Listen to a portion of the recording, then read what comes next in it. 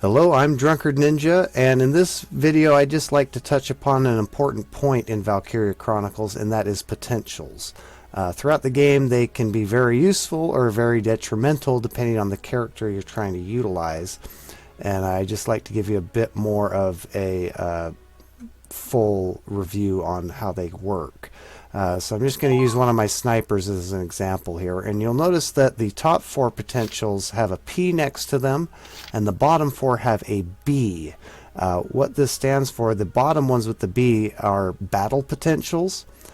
These are unlocked by upgrading your unit class in the training field. So you can see at the moment my snipers are level 5, so I've only unlocked 1 battle potential at the moment. And just to show you a comparison, my scouts are a level higher at level 6, and they have 2 battle potentials available to them.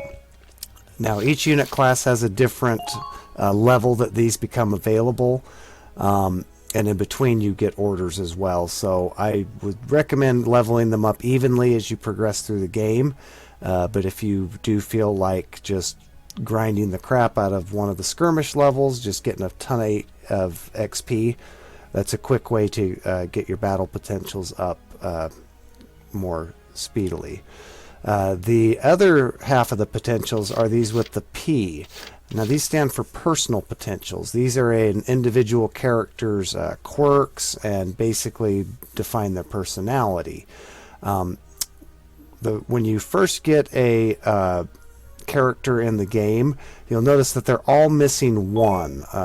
Some characters have 7 total potentials available. Some of them only have 8.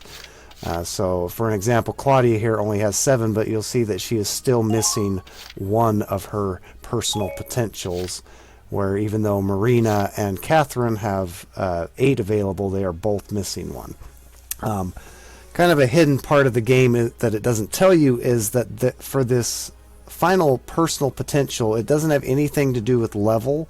It has to do with a hidden point system.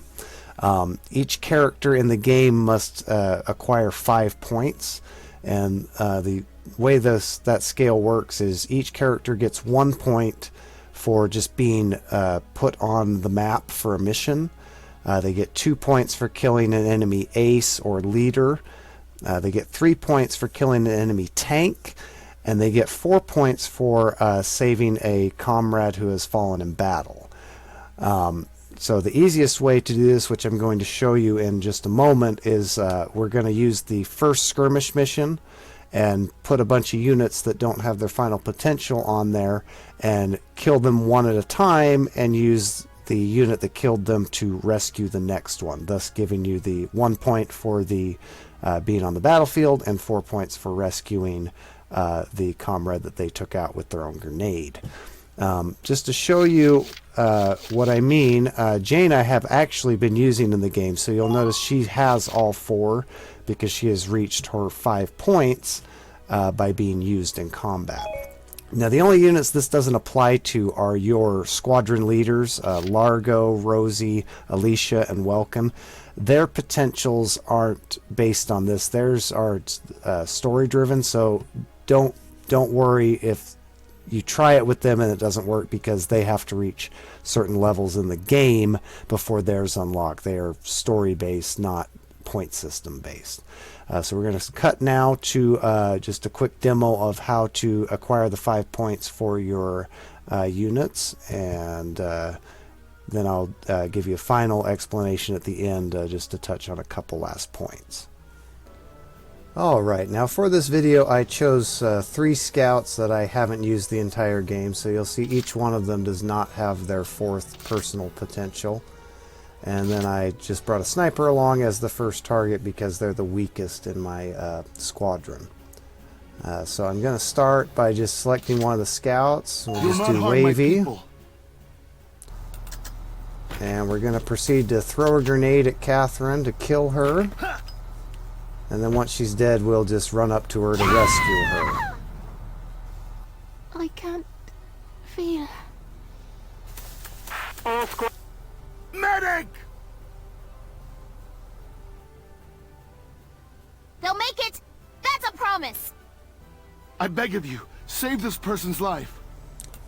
Once the medics arrive, you just end your turn with the first scout, and then you repeat the same process with the next scout. I'm going to end the video here to save time, but I'm just going to do the same thing with Melville and Hermes in this case.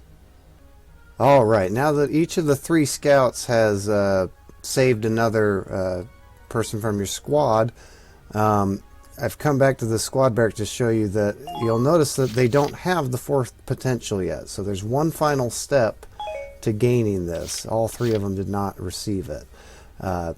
In order to actually get it, you have to go to the headquarters and go to Castlefront Street, and you will get... Oh, and how about the new rising star of Squad 7, huh? I've heard some wild stories. You must be proud.